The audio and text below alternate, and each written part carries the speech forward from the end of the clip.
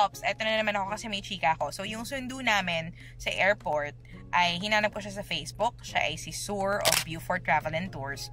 Although, mura na kasi yung Grab sa Kota Kinabalu. So, a Grab ride from the airport to our Airbnb could just cost around like 15 to 20 ringgit. Mga ganun lang siya.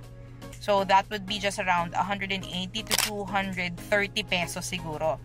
But, pumili ako ng magpipick up sa amin sa airport kasi I wanna save the hassle of having to book a Grab pa. Hindi ko alam kung rush hour ba yun sa Malaysia, sa Kota Kinabalu, first time kasi namin. So, gusto ko pagdating namin, okay na yung sasakyan, may susundo na yung mga bagahe namin, hindi kami problema, walang stress muna kasi kararating pa lang, pagod pa sa flight. So, hinanap ko siya sa Facebook, napakadaling kausap.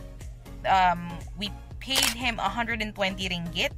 So, that is about 1,400 pesos siguro, mga ganun. It's quite pricier than having to book a Grab ride. Pero, the perks of it, yun nga, wala nang hassle sa pagbubook. Number 2, secured yung mga bagahe. Number 3, nakadaan pa kami sa grocery.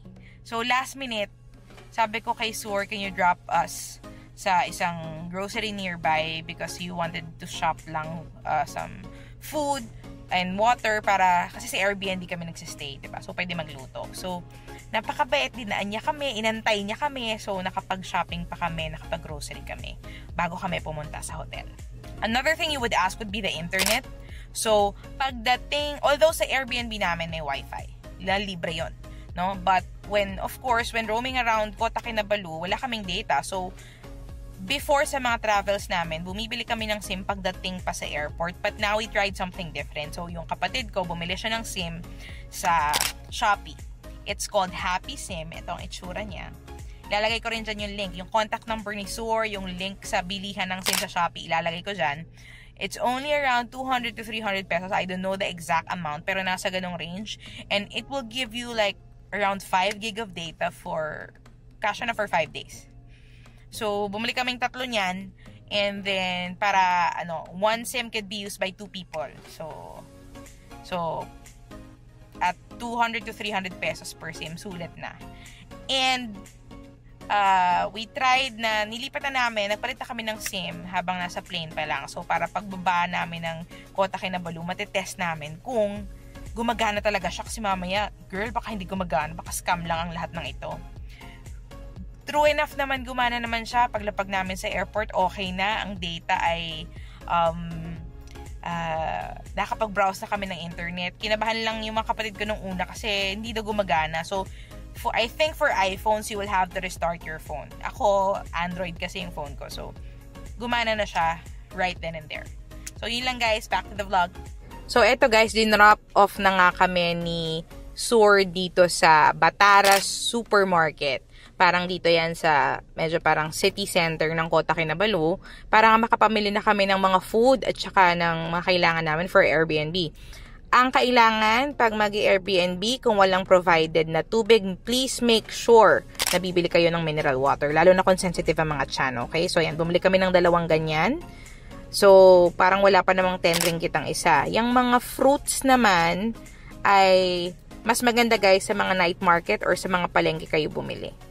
So, kung gusto nyo makatikim or parang mismo sa mga farmer. Pero, ayan, ang bibilhin namin dito, aside from water, would be rice, syempre bigas, tinapay, palaman, at saka mga frozen goods for our breakfast. Okay? Kasi we planned that our lunch and dinner sa labas. So, ayan, kaloka, di ba? May gardenia dito. Tapos, ayan, yung mga yan. So, kumuha kami ng gardenia and then, of course, magtitingin kami dito ng mga palaman. So, ayan. 15 ringgit yung binili namin dyan. Parang peanut butter siya with chocolate. Masarap naman. Yan. So, maghahanap nga kami ngayon dito ng frozen goods. Wow, goods. So, yan. 15.88 to members price. 3 niyan, 15 ringgit. Diba?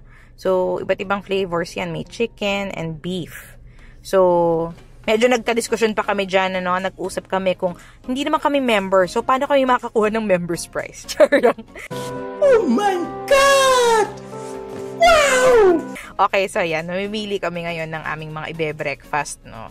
So, aside from bread, kasi gusto nila minsan talaga sa almusal may kanin. So, ito may mga burger patties. Yung hotdog nga, yan, kumuha tayo niyan. Kukuha tayo. Yan. Pag binili mo ang isa, parang I guess 5 ringgit or 4.95. Ang dami nilang variety guys dito ng ng mga hotdog at saka ng mga burger patties. Tapos, ano lang siya, for me affordable siya kasi siguro mga 5 to 10 ringgit ang isang pack. 5 to 15 pala, sorry, ang isang pack. Yan. Kukuha rin tayo ng burger. So, may beef na option. Ito yung beef. Pero, kuha tayo ng chicken. Ayan. Chicken burger is 13.50 ringgit. Ayan. So, para sa ating breakfast. And then, syempre, hindi naman po mawawala ang ating kanin. So, hindi na kami kumuha ng marami kasi nga, for a few days lang naman. So, yan. Ilang kilo ba ito? 2 kilos only. And that is about 10 ringgit. Ano pa siya low glycemic index daw ang atake ng bigas na ito. So, kailangan pagkakain ko nito, payat na ako, charing. Then, syempre, ang mantika, hindi mawawala. Paano maluluto ang mga hotdog kung walang mantika? Ang lalaki lang ng mga bote, kinuha namin yung pinakamaliit. This is just, kano ba ito? 4 ringgit. Yan, maliit na mantika. Wala sila ng mga sachet kaya ang kinuha natin is ito na. And then of course, para may mainit na sabaw pag nagugutom sa Airbnb, cup noodles. So ayan 2.20, 2.90 yan ringgit ang isang cup noodles. 'Di ba? Yung mga nakapack na yan, yung mga 17.4 ringgit, yung mga 11.9 ringgit, 6 na yan. 6 na cup noodles na, 'di ba? So 11.90, that would be around 130 pesos para sa 6 na cup noodles, mura na, 'di ba? Ito yung ibang variety, Maggi naman 'to. So pumipili kami ngayon. So ayan, ang isa din mas mura 'to, 2.3 ringgit kasi yung kanina natin 2.9, 'di ba? So 2.3 ringgit, may iba't ibang flavor, may vegetable, may seafood, merong ayam. Ayam sa kanila ay chicken, guys, So, pag nakakita kayo sa menu ng ayam, automatically manok yun. Chicken. Okay, so yan. Ang dami nila ding variety dito ng mga cup noodles at saka mga pansit canton. So, eto na nga, habang malapit na sa counter, nakakita pa kami ng mga chocolate. Berils, guys. Berils ang famous na chocolate brand ng Malaysia. So, yan ang gawin yung mga pampasalubong. So, eto na guys, magbabayad na tayo dito sa counter ng ating grocery haul here at Port Kinabalu, Malaysia. So, titingnan natin kung magkano maabutin ito. Kung sulit ba ang presyo ng mga grocery dito sa Batara Supermarket in Port Kinabalu, Malaysia. So, ang grand total guys sa mga pinamili natin is 159 ringgit. So, about 1,600 to 1,700 pesos na yun, good for 4 days. So, eto, lalabas na kami kasi ihahatid na kami ni Sur sa aming Airbnb. So, we are at the 23rd floor. Ayan. T223A06, Tower 2 of Jesselton Quay. Parang condo unit siya or apartment building. So, eto, papasok na tayo at medyo nasusunga pa po tayong magbukas ng pinto. Kasi 2 ikot yung susi niya. Sanay ako dito sa Pilipinas na isa ikot lang. Ayan. So, asawa ko lang nagbukas. And eto na ang reveal. Airbnb reveal, guys.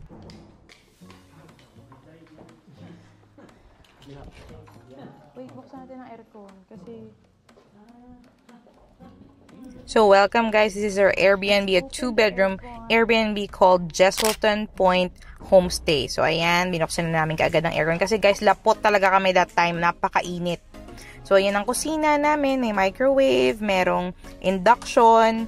Tapos, ito yung room namin ni husband. May sarili kaming aircon. Tapos, ito, sina Papa at ang aking mga kapatid dito sila sa kabila. Yan. So, ito, nandito yung magandang view. Yan, paggising nila, kita nila ang dagat dyan. So, ito, yan, tong window na to, kitang-kita mo ang karagatan. At even ang floating villages dito sa Kota Kinabalu, matatanaw natin yan dyan, guys. So, ayun, eto, medyo malaki ha. Malaki yung Airbnb natin. And, magsisettle lang kami, medyo mag-freshen up ng konti bago kami bumaba patungo sa night market. So, ito, may cabinets pa. Kompleto siya, guys. Kompleto naman ang amenities niya. May patawel pa kami dito, kaya hindi na nga kami nagdala ng towel. May aircon din pala dito. Ayan. And dalawa yung beds, dalawang double beds. Tapos dun sa room namin ni husband ay may isang double bed. So, ayan, may rice cooker din. So, makakapagluto talaga. Kaya kami nagpilit na makapag-grocery. So, eto na, nag-aayos na muna kami ng mga gamit. Ayan, no smoking, no pets allowed. And then, eto naman ang kanyang CR. Ayan, guys, makikita ninyo. Malaki din naman ang kanyang CR. And, meron ng hand wash. Ayan, may tabo. O, diba, guys? O. Ayan, malaki siya and accessible ng dalawang doors. So, alam nyo ba guys, na just about a 5-minute walk from our Airbnb, sa baba ng aming Airbnb, bukod sa may mga restaurants na, no, dyan sa baba ng building, merong night market. So, dumating kami ng Friday, meron ng night market dyan. So, pupuntahan namin siya ngayon. So, we plan na parang every dinner dyan kami kakain kasi napakasulit daw at saka napakamura dyan. So, naglalakad na kami na ngayon papunta doon sa night market. Hindi ko lang alam kung anong tawag dito sa night market na ito Pero very accessible naman siya, very walkable. O, diba nakita nyo, parang wala nga masyadong tao. This is a Friday night, guys. Wala masyadong tao, very tahimik doon sa area namin. And we decided na dito mag-book. Dito na sa area na to kasi nga maganda yung view. I search for hotels doon sa city area. Kaso, I mean, parang malayo siya from the port. Mag-island hopping nga kami. Tapos, ewan ko, the view of the Airbnb really sold me. So, itong may mga ilaw na ito na sobrang daming ilaw is yan na yung night market. So, ayan. Ang lagusan po ay dito po, ayan. Parang maglilimburak ka sa ilalim ng Christmas light na ito, no? So, talagang parang adventure talaga. Ayan, no? Lulusot ka dito sa ilalim. Ayan, limborak. Pak, ganyan. Tapos, eto na. Nakikita nyo na mga tolda ng sagot sa kagutuman. So, eto na yung mga night market. Very excited kami na masubukan ngayon ang authentic Malaysian food. So, ayan. So, iisa-isahin natin yung mga ino-offer ditong paninda para makita natin kung ano bang masarap. So, ayan, merong mga, syempre, yung mga noodles, mga mee goreng, diba? Ang tawag nila sa noodles dito sa Malaysia. Isa-isahin natin at hahanap tayo ng swak sa ating panlasa. So, and we'll also get to try kung paano tayo ngayon makikipag-usap for the first time sa mga Malaysian dito sa Kota Kinabalu. So, meron na ring mga stalls na sarado kasi dumating kami dito mga almost magna-9 na, 8:30. So, siguro kasagsagan pa lang ng mga 5 PM sila nag-start kaya yung ibang mga stalls wala na. Kaya ito, nag-iikot-ikot kami. Marami siya. I guess this is about more than 30 stalls na pwede mong pamilian. So, ito, kambing guys, oh. Nakikita nyo, kambing. Yan. Kung hindi nyo na itatanong, mahilig ako sa kambing. Tapos, yung father ko. Ito nga na nga guys, nakahanap kami ng bakso stall. Bakso is parang mami nila. At kambing, bakso na kambing. So, sabi namin kay Papa, try niya. Yan, bakso na kambing. Habang ang mga ibang mga boys at si Mama hahanap muna ng ibang food na swak sa kanilang panlasa. So, mag-iikot-ikot muna kami guys ha. Habang si Papa mukhang tatambay na siya dito sa bakso kambing. Okay? Bakso kambing. So, ito, meron kaming nakitang malapit na bilihan ng chicken.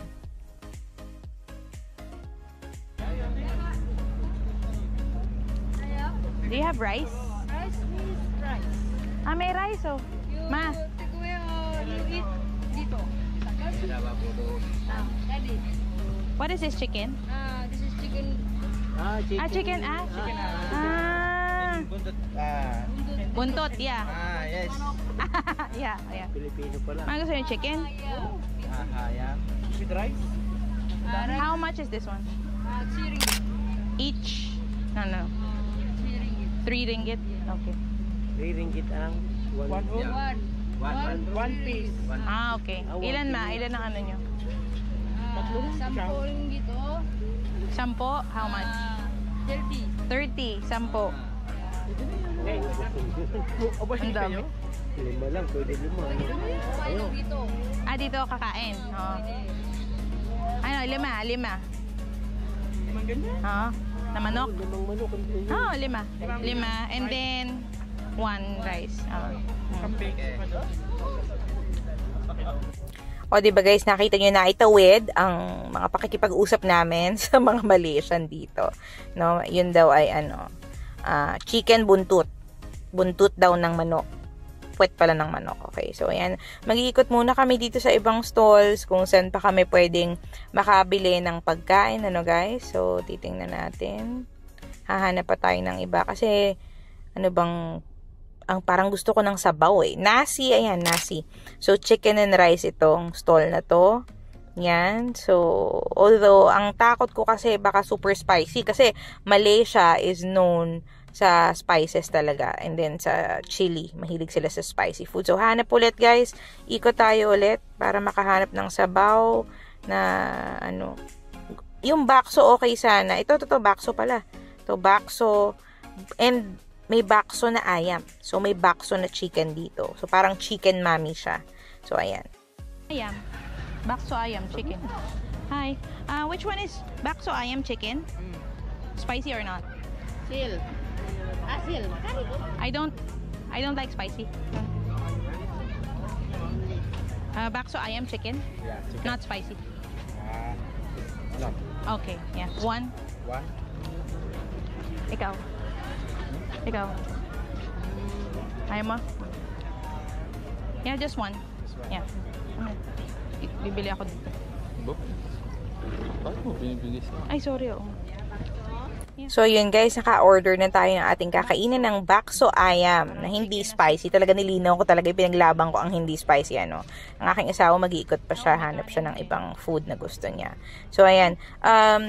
Pine-prepare na nila ang ating bakso. Iba't iba ng toppings. Kita ko, may balls, may chicken, merong parang konting gulay. So, para matikman naman natin ang authentic bakso ng Malaysia. So, ayan. Habang nag-iintay tayo. Ang isang bakso ayam nga pala is only 8 ringgit, guys. Just to let you know. It's 8 ringgit. So, parang nasa 90 pesos lamang siya. So, tinatanong nila kung dito ko daw kakainin. Sabi ko, iti-take out ko na kasi dun sa mesa namin, dun sa may bakso kambing ko dadalhin. Dun na yung aming table. So, ayan, pine-prepare na ni Sir ang ating bakso ayam. Talagang, ayan, umuusok-usok pa guys yung sabaw. Nakikita nyo naman. So, I guess madali lang siyang i-prepare kasi may ready na soup and then i-assemble mo lang yung noodles tapos yung mga toppings, no? So, may chicken, may balls, may egg din siya. So, parang mami talaga. And ang kinaiba lang sa mami ng Pilipinas, tas ayan, parang meron pa siyang parang crispy na bread, if I'm not mistaken, or chip. Yan. So, ang kinaiba lang ng maming ito is yung noodles niya is parang sotanghon na hindi transparent. Ganon ang consistency ng kanyang noodles, guys, ng bakso. Para siyang miswa. Yan, parang miswa ang kanilang noodles na mas makapal. Yun ang ginagamit nila sa kanilang bakso. Thank you. Yeah. Sabi niya. Parang mami. Dadalhin ko lang ari doon.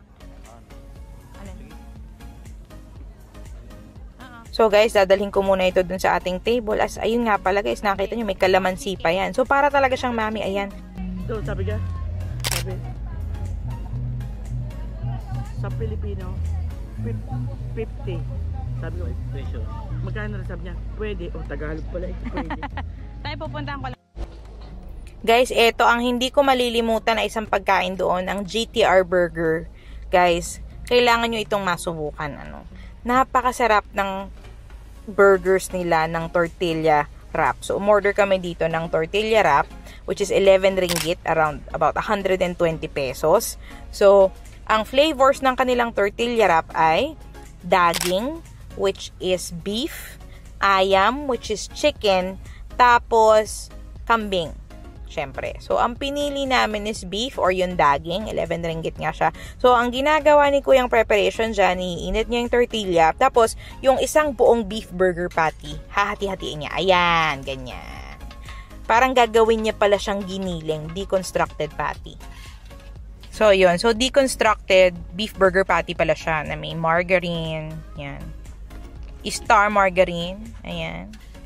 So, yan. Ginigiling-giling na ni Kuya yung giniling. Sana sumabay na rin siyang gumiling, char. So, ayan. Mukha talaga siyang masarap. Tsaka guys, ang bango kaya napabili nga kami. Yung asawa ko, umorder na siya ng rice. Tapos, umorder pa kami nito kasi nga parang ang sarap.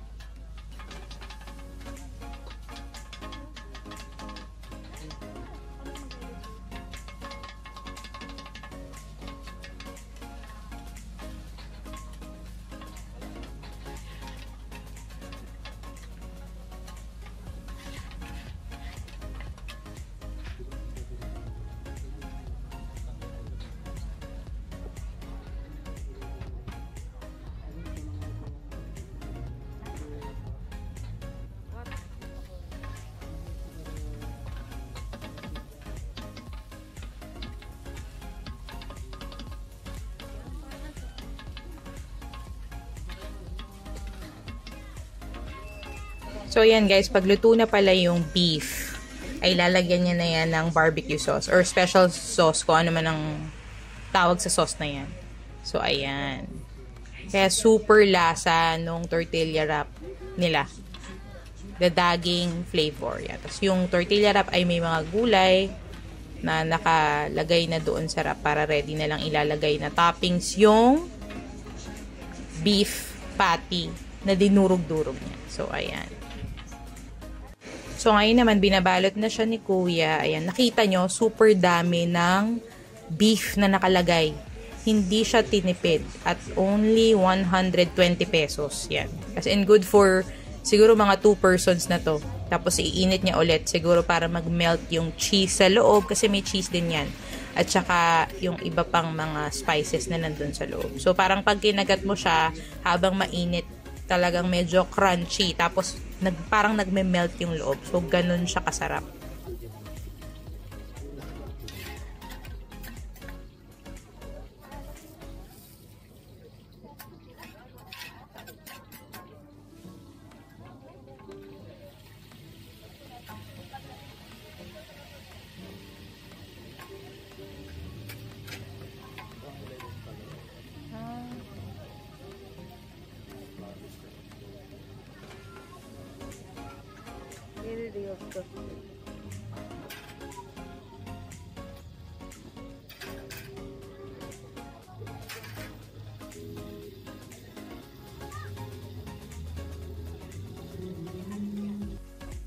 And then, katabi naman guys, nung GTR Burger is yung nagtitinda ng mga mi goreng. Mi goreng, pati ng mga bakso, tapos iba't ibang Malaysian dishes din. Pero ang talagang gusto naming itry dito is yung mi goreng. So, this is yung mi goreng na ayam or chicken flavor. Tapos, napag-alaman pa namin na yung si kuya na nagluluto is from the Philippines daw ang kanyang father. So, pero dyan na siya lumaki sa Kota Kinabalu. So, ayan. Itong ayam na mi goreng is for only 10 ringgit. So, mga nasa 110 pesos lang siya. As in, niluluto talaga sa harap mo. Dumaan din kami ng convenience store din lang sa baba ng aming Airbnb para mag-try ng iba't ibang ice cream. So, mayroong hazelnut, KitKat Gold, meron tayong makakaiba kaya binili namin at tinry. So, may mango sticky rice na ice cream, guys. Imagine nyo yan. May mochi boba ice cream. And then, meron pang dark chocolate, Ovaltine flavor. O, diba? Tsaka Milo. Kasi very sikat dito ang Milo. So, tatry natin yan lahat.